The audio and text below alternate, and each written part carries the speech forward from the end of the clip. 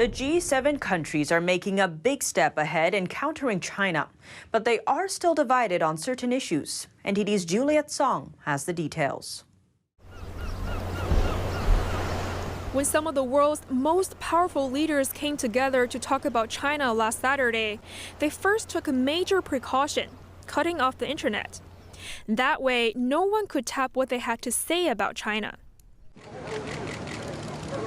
This group of leaders come together every year to talk about some of the world's most pressing issues. The club is known as the Group of Seven, or G7. Its members lead some of the richest economies in the world: the US, UK, Canada, France, Germany, Italy, and Japan.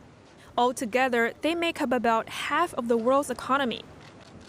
This year's host, the UK, also invited the European Union, India, Australia, South Korea, and Africa. Right now, China is one of the most pressing challenges on the agenda. How's that? Okay, you're right. Can you hear me, everybody? After 3 days of discussion, the G7 did something unprecedented and broke their silence on Taiwan. In a joint statement, the group wrote, "We underscore the importance of peace and stability across the Taiwan Strait and encourage the peaceful resolution of cross-strait issues." A move like this is unusual. That's because until now, the G7 has never openly mentioned the Taiwan issue. For these countries, their approaches to Taiwan have always stuck to a fine line, as any interaction with Taiwan risks upsetting Beijing. And many G7 economies strongly rely on China.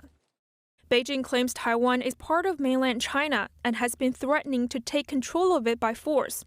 And for other countries, concerns of a possible Chinese invasion into Taiwan are rising. That's as Beijing has been frequently sending fighter jets to invade the island's airspace. The G7 also says it's seriously concerned about the situation in the East and South China Sea. That's as Beijing has been occupying disputed territories in the South China Sea and sending its own ships across water contested with Japan.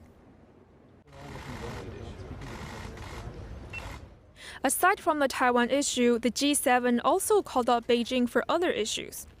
Topics range from investigating the origin of the CCP virus to human rights abuses in Hong Kong and Xinjiang, and in particular, a plan to counter China's Belt and Road Initiative. Beijing bills the multi-trillion-dollar project as an investment plan. Under the project, China pours funding into critical infrastructure around the world, including ports, highways, and railroads. But critics say Beijing uses it to gain influence over these countries, leaving the relatively poor nations in debt and taking control of the newly funded infrastructure. And above all, using it as an influence circle to counter the West. The White House says the U.S. aims to provide an alternative, which could provide hundreds of billions of dollars in loans to developing nations. But even though the G7 has made some progress in terms of countering Beijing, member states are still divided on their China approach. The US, the UK, and Canada are taking a harder line against the Chinese regime, while the EU, Germany, and Italy are more reluctant to risk their trade deals with China. 1 in 3 German-made cars are sold to China. So it remains to be seen whether the G7 group will unify in its China approach down the road. Juliet Song, NTD News.